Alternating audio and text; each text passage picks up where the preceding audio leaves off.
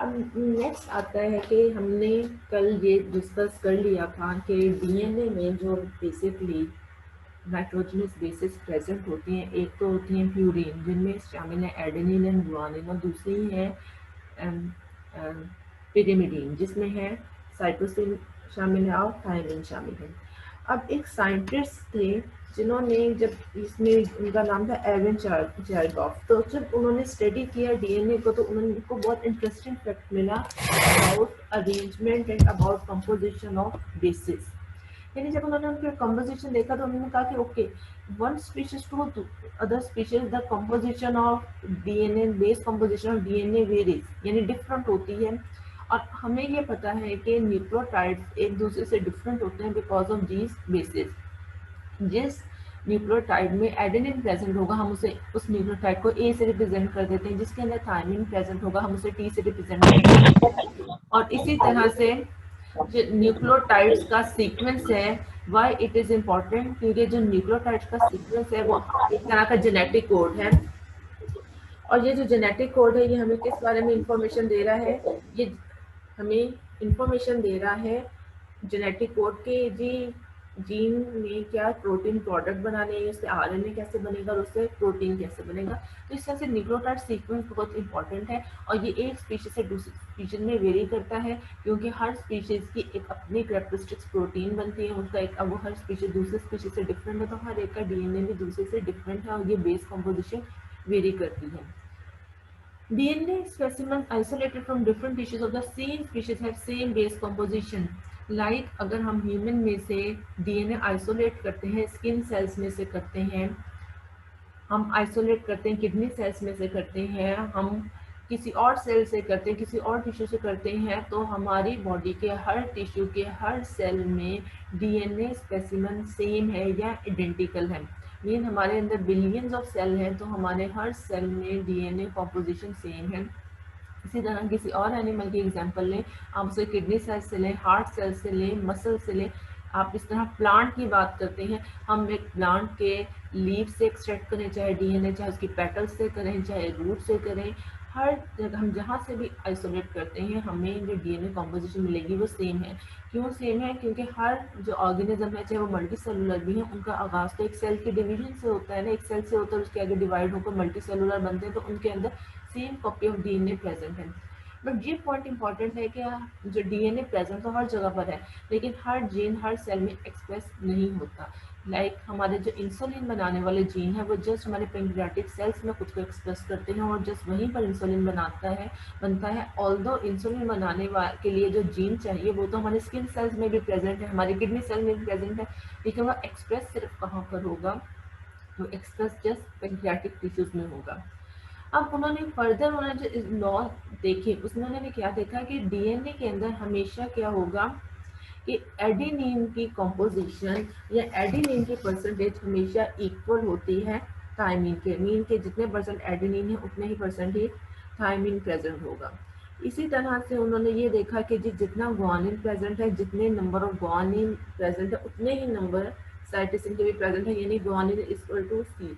और फिर इस बेस पर उन्होंने कहा कि adenine plus guanine, you know adenine and guanine both are purine bases, they are equal to T thymine and cytosine. तो अगर इन दोनों को हम प्लस करें तो purines are always equal to pyrimidine bases. ठीक है, यानी जितनी एक डीएनए में, आरएनए पर ये रूल अप्लाई नहीं होता, डीएनए पर ये रूल अप्लाई होता है कि जितने प्यूरिन बेसिस होंगे उतनी ही पिरिमिडीन बेसिस होंगी। अब आप शेप ऑफ डीएनए मॉलिक्यूल देखेंगे और इसके साथ हमें स्ट्रक्चर भी इसका पता चल जाता है कि DNA molecule double helix and can be visualized as spiral staircase bounded around the there is a spelling mistake, it's a spiral staircase, R की जगह टी आना है, it's a spiral staircase bound around a cylindrical helix. Like आपने spiral staircase अक्सर वो बने होते हैं, आयरन स्टेयरकेस बने होते हैं, तो हमें उसमें भी नजर आता है। अब हम इसको, मेरे ख्याल में हम इसे पिक्चर से ज़्यादा अच्छे तरीके से एक्सप्लेन कर सकते हैं कि अगर हम इसको जब पहली नज़र में देखते हैं हमें क्या आता है, ये स्पाइरल स्टेयरकेस जिस तरह जा रहा होता है, इसी तरह से ये डीएनए का डबल हेलिक्स भी इसी तरह से चल रहा है, which are bounded around a central cylindrical portion, यानी जिस तरह से एक सिलेंडर के अराउंड इस तरह से वो हेलिकली अरेंज होते हैं, इस तरह से ये अरेंज है।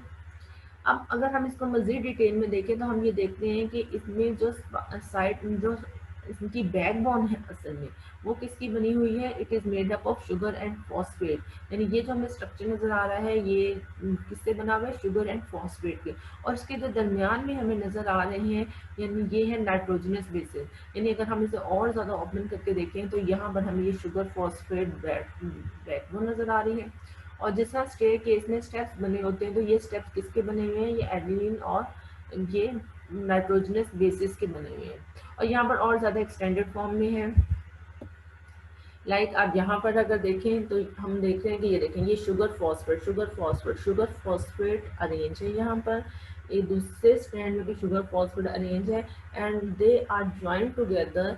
दोनों स्ट्रैंड, दो स्ट्रैंड्स हैं और दोनों स्ट्रैंड एक दूसरे के साथ क्यों ज्वाइंट है, ये अपनी नाइट्रोजनस बेसिस की वजह से ज्वाइंट है। इनकी नाइट्रोजनस बेसिस इनर साइड पर है, शुगर फॉस्फेट बैकबोन बाहर की साइड पर है, नाइट्रोजनस बेसिस इनर साइड पर है। और दोनों स्ट्रैंड एक दूसरे से क्यों ज्वाइन है, because of hydrogen bonding present between them. Like guanine और साइटोसिन। गुआनिन आपको पता है कि ये प्यूरिन बेस है, साइटोसिन पिरिमिडीन बेस है। तो इन दोनों के दरमियान नाइट्रोजन हाइड्रोजन बॉन्डिंग प्रेजेंट है। 3 hydrogen bonds are present between guanine and cytosine. अब इसे GC3 से नाम याद रख सकते हैं, GC3 के गुआनिन और साइटोसिन के दरमियान 3 हाइड्रोजन बॉन्ड प्रेजेंट होंगे। इसी तरह से एडेनिन एंड थायमिन, इन दोनों के दरमियान 2 हाइड्रोजन बॉन्ड प्रेजेंट होंगे। और इसी तरह से अब आप देखें कि ये तो पूरे के पूरा जो डबल हेलिकल स्ट्रक्चर है ये कैसे मेंटेन हुआ है, 2 चेन्स हैं।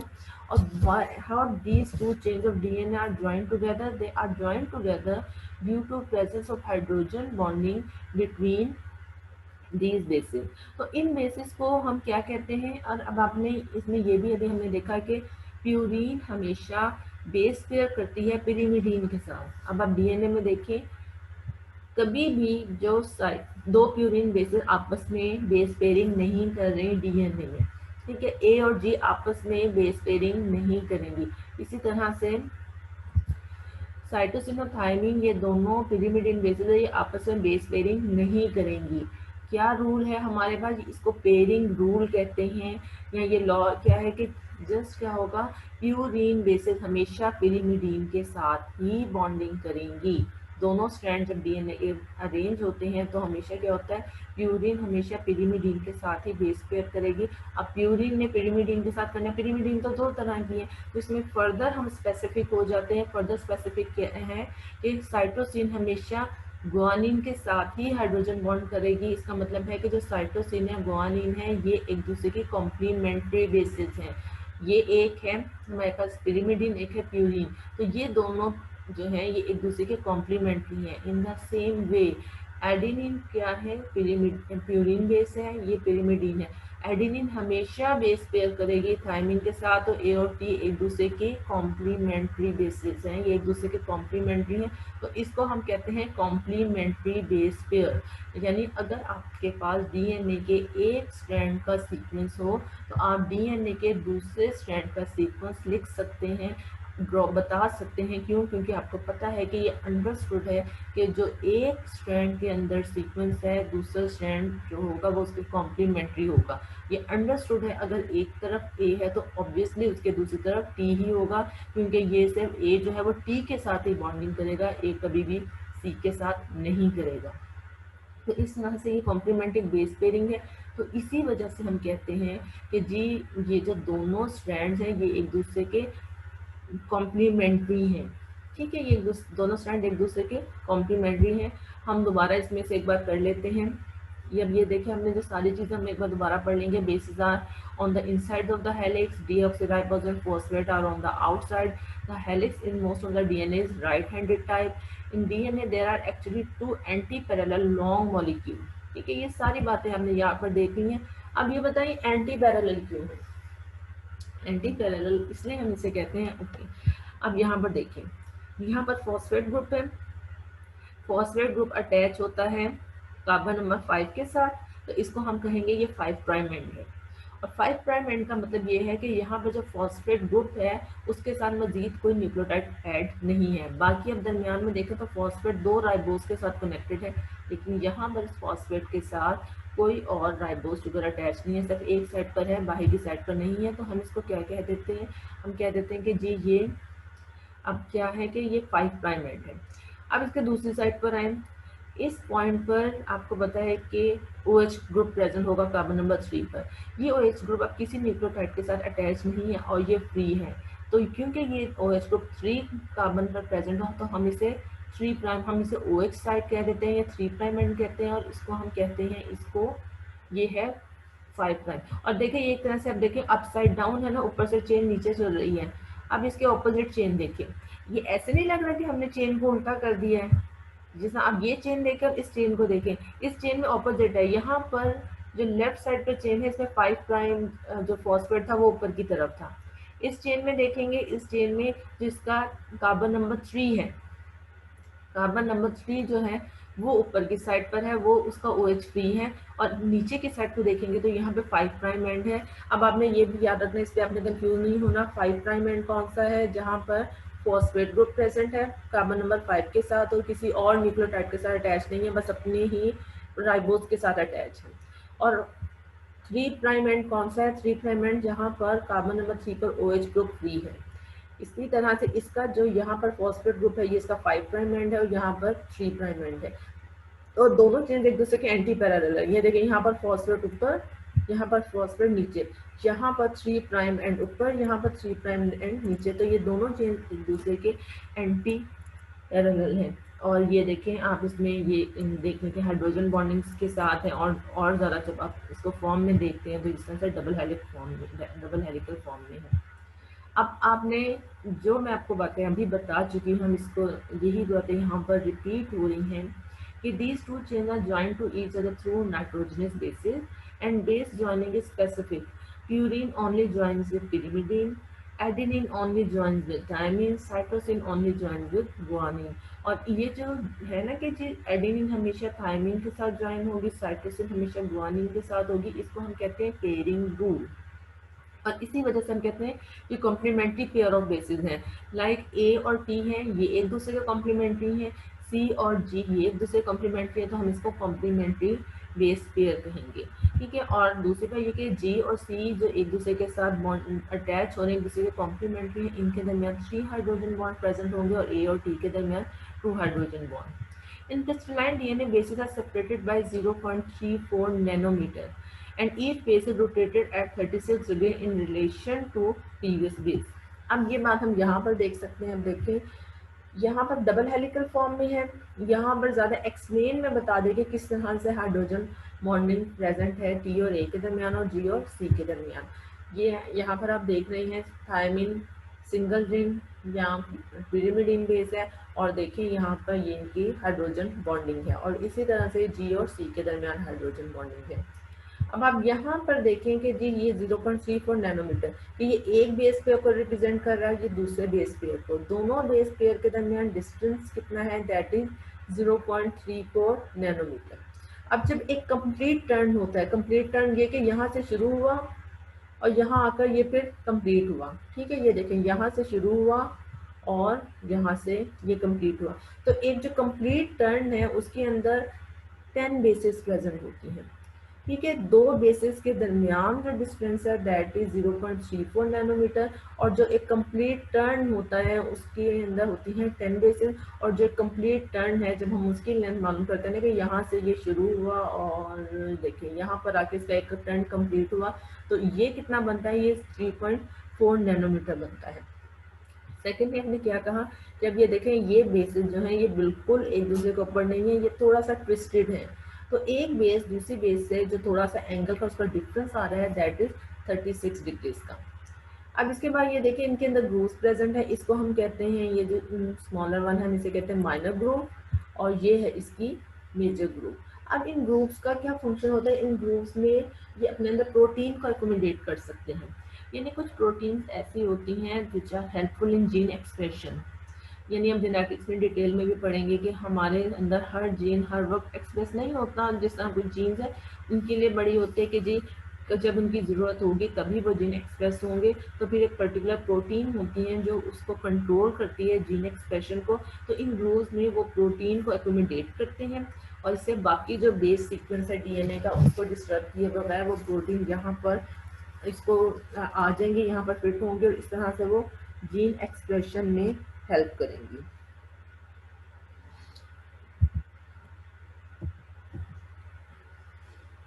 The helical structure repeats at intervals of 3.4 nanometre. जी ये देख रहे हैं कि हर के वो कब रिपीट हो रहा है, 3.4 नैनोमीटर के बाद रिपीट हो रहा है। There are 10 base pair in each complete helix. ये देखें यहाँ से लेके यहाँ तक जो कंप्लीट हेलिक्स है उसमें 10 बेसिस प्रेजेंट है।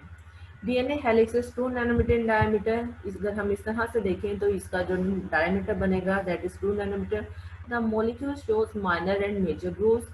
These grooves serves to accumulate proteins which bind with specific nucleotide sequence. Her gene का स्पेसिफिक न्यूक्लियोटाइड सीक्वेंस है ना, तो वहाँ पर अटैच होकर उसके जीन एक्सप्रेशन को कंट्रोल करेंगे। अब यहाँ पर एक बात है कि आपकी बुक पे ये मेंशन है कि the recent work has shown that there are 10.5 base pair per turn which is 3.6 nanometre long in what is called DNA in relax form. तो आपने दोनों बातों को याद रखना है, इसको भी याद रखना है और उसको भी कि अगर रिलैक्स फॉर्म में है तो फिर उनकी कितनी, उनका साइज क्या होगा। The order of nucleotide represent the primary structure of DNA. The helical structure of DNA is called secondary structure. अच्छा जी, अब आपने यहाँ में ये बात याद रख लेनी है कि ये आपकी जो आप बायोकेमिस्ट्री की बुक पढ़ रहे हैं मैंने उसके अकॉर्डिंग आपको बताया कि जी जो न्यूक्लियोटाइड का सीक्वेंस आपको बताया ना, न्यूक्लियोटाइड का AGCT, उस सीक्वेंस को उन्होंने कहा हुआ है प्राइमरी स्ट्रक्चर और हेलिकल को कहा हुआ है सेकेंडरी स्ट्रक्चर। बट अगर कुछ एक और इसके बारे में भी पॉइंट ऑफ व्यू है, वो क्या कहते हैं, वो हेलिकल स्ट्रक्चर जो है डीएनए का उसको वो कहते हैं कि जी ये प्राइमरी स्ट्रक्चर है और उसके बाद जो हेलिकल स्ट्रक्चर वो आगे हिस्टोन प्रोटीन के अराउंड अगर अरेंज होता है या इस तरह से होता है तो उसको वो कहते हैं ये सेकेंडरी स्ट्रक्चर है। तो ये दो तरह के पॉइंट ऑफ व्यू हैं। Then the chromosomal DNA may be linear or circular. Both rod and circular portions are twisted, forming super circles or super coils or coiled coils. Means कि ये क्या क्यों कहते हैं कि हम कहते हैं कि 1000 times कि सम टाइम इतने ज़्यादा डीएनए में कॉइलिंग होती है कि वो 1000 टाइम बहुत ज़्यादा अपने ऊपर ही वो कॉइल कर जाता है, बहुत ज़्यादा कंडेंस फॉर्म में होता है। Like यहाँ the supercoiling enables a several thousand-fold concentration of DNA in chromosomes. ठीक है, तो उसका क्या फायदा होगा कि बहुत कम जगह पर, जैसा मैंने बताया था ना कि वैसे डीएनए की अगर आप लेंथ देखें तो ह्यूमन इन क्रोमोसोम में 2 मीटर है, लेकिन वो इतने छोटे हैं कि वो एक छोटे से सेल के न्यूक्लियस के अंदर फिट आ जाते हैं क्योंकि वो हाईली कंडेंस्ड फॉर्म में होते हैं। Supercoiling of DNA is an intrinsic property of DNA tertiary structure. अब आप यहाँ से आपको थोड़ा सा आइडिया हो जाएगा कि कितनी ज़्यादा कॉइलिंग है सेल के अंदर। ये देखें डीएनए डबल हेलिकल स्ट्रक्चर है। अब ये देखें ये यहाँ पर एक तरह से राउंडेड फॉर्म में हिस्टोन प्रोटीन के अंदर इस तरह से ये कॉइल फॉर्म में प्रेजेंट है और इसकी मज़ीद कॉइलिंग हो रही है। अब यहाँ पर देखें सुपर कॉइल रीजन मजीद कॉइलिंग हो रही है और इस तरह से ये किस में आ रहे हैं, क्रोमोसोम की फॉर्म में। यानी बहुत ज़्यादा सुपर कॉइलिंग होती है डीएनए के, तभी वो एक छोटी सी जगह पर फिट आ जाता है। The two strands of DNA are complement and anti parallel. ये पॉइंट हम पहले ही डिस्कस कर चुके हैं कि डीएनए के अंदर जो एक स्ट्रैंड है वो दूसरे स्ट्रैंड के कॉम्प्लीमेंट्री होता है, कॉम्प्लीमेंट्री बेस पेयरिंग की वजह से। और हमें एक स्ट्रैंड का सीक्वेंस पता हो तो हम दूसरे स्ट्रैंड के सीक्वेंस को इजीली बता सकते हैं। The two ends of DNA molecules are different. How they are different, इसलिए डिफरेंट है भाई कि एक तरफ फॉस्फेट ग्रुप प्रेजेंट है 5 कार्बन पर, वो फ्री है, उसके साथ कोई और न्यूक्लियोटाइड अटैच नहीं है, और उसके दूसरे एंड पर OH ग्रुप फ्री है, उसके साथ कोई न्यूक्लियोटाइड अटैच नहीं है। Complemented bases are joint through hydrogen bonding. ये भी हम डिस्कस कर चुके हैं कि G और C के दरमियान 3 हाइड्रोजन बॉन्ड होंगे और A और T के दरमियान 2 होंगे। Most of the stability of DNA duplex is due to the hydrophobic bonding between the stacked bases. यानी जो एक दूसरे के ऊपर बेसिस पड़ी हुई हैं उनके दरमियान भी हाइड्रोफोबिक इंटरेक्शंस होंगे और जिस वजह से इसकी स्टेबिलिटी मेंटेन रहेगी। अब यहाँ पर आप देखें, अभी जो हमने बातें डिस्कस की थी कि हमने कहा था कि जी दोनों एंड्स डिफरेंट होंगे। अब आप देखें एक एंड को हम कह रहे हैं 5 प्राइम एंड, दूसरे को हम कह रहे हैं 3 प्राइम एंड। तो देखिए यहाँ पर 5 प्राइम एंड पर फॉस्फेट प्रेजेंट है 3 प्राइम एंड पर OH प्रेजेंट है। तो ये क्या हो गया, ये इसका 5 प्राइम। एक बात कंफर्म होगी जो आपने पढ़ी थी कि both ends of nucleotide chains are different from each other. एक एंड 5 प्राइम एंड है जहाँ पे फॉस्फेट प्रेजेंट है, दूसरा 3 प्राइम एंड है जहाँ पे OH प्रेजेंट है।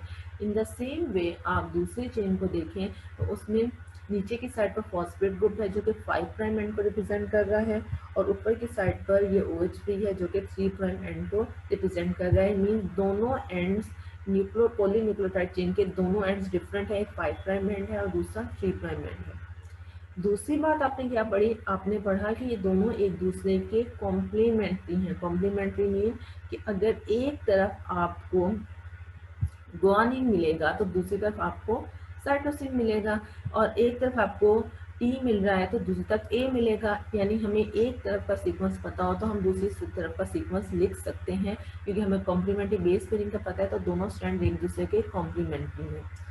तीसरी बात आपने क्या पढ़ी कि दोनों स्ट्रैंड एक दूसरे के एंटी पैरेलल हैं। पैरेलल तब होते जब यहाँ पे भी 5 प्राइम एंड होता और यहाँ पर भी 5 प्राइम होता, ये एक दूसरे के एंटी पैरेलल है। एंटी पैरेलल मीन कि यहाँ पर 5 प्राइम एंड है लेकिन इसके ऑपोजिट जो चेन है वहाँ पर 3 प्राइम एंड प्रेजेंट है। इन द सेम वे यहाँ पर 5 प्राइम एंड है तो इसके ऑपोजिट 3 प्राइम एंड। तो ये एक तरह से चेन हमारी आप कह लेना कि सीधी चल रही है, ये 5 प्राइम ऊपर और 3 प्राइम नीचे। और हम आमतौर पे जो सीक्वेंस लिखते हैं वो हम 5 प्राइम टू 3 प्राइम ही लिखते हैं, लेकिन इसकी दूसरी चेन देखें तो अगर ये ऊपर की तरफ चेन जा रही है तो ये अपसाइड डाउन है, ये इसके बिल्कुल ऑपोजिट है, कि यानी आपने उसी चेन को थोड़ा सा ऑपोजिट करके यानी कर दिया, बिल्कुल उसके उल्ट है। इसी तरह से यहाँ पर भी दोबारा यहाँ पर आप देख लें, यहाँ पर ज़्यादा डिटेल में स्ट्रक्चर है। देखिए यहाँ पर आपको हाइड्रोजन बॉन्ड भी क्लियर हो रहे हैं। अब यहाँ पर भी आप देखें, यहाँ पर न्यूक्लियोटाइड की प्लेसमेंट देखें, राइबोज शुगर की शेप देखें, फॉस्फेट देखें, और यहाँ पर आपको लग रहा है ना कि बिल्कुल राइबोज को उल्टा करके रख दिया गया है, क्योंकि ये चेन देखें किस तरह नीचे से ऊपर चल रही है और ये चेन ऊपर से नीचे चल रही है। तो इस तरह ये एक दूसरे के एंटी पैरेलल हैं, दोनों चेन्स एक दूसरे के एंटी पैरेलल हैं। और जिस तरह से थायमिन और एडेनिन के दरमियान 2 हाइड्रोजन बॉन्ड, गुआनिन और साइटोसिन के दरमियान 3 हाइड्रोजन बॉन्ड। तो यहाँ पर हम इसको एंड करते हैं। अब इसमें कुछ होता भी है कि जब साइंटिस्ट जो हैं वो काम करते हैं DNA पर, तो वो फिर ये भी देखते हैं कि अच्छा जी कितनी बेस पेयरिंग है, कितने परसेंट बेस, कौन सी बेस प्रेजेंट है। और अब जब आपको कॉम्प्लीमेंट्री बेस पेयर रूल पता हो तो आप ये भी, अगर मैं आपको ये कहती हूँ ना कि जी एक DNA मॉलिक्यूल है जिसके अंदर थायमिन जो है वो 20% प्रेजेंट है, आप मुझे बाकी बेसिस की कॉम्पोजिशन बताएं। तो आप ये क्वेश्चन कर सकते हैं, आपने मुझे अब इसका आंसर भेजना है, आपने शेयर करना है इसका आंसर। ठीक है, अगर आपको एक बेस या की परसेंटेज या कॉम्पोजिशन पता हो तो आप उसकी देखकर दूसरों की कॉम्पोजिशन निकाल सकते हैं, जो अभी आपने रूल पढ़े थे।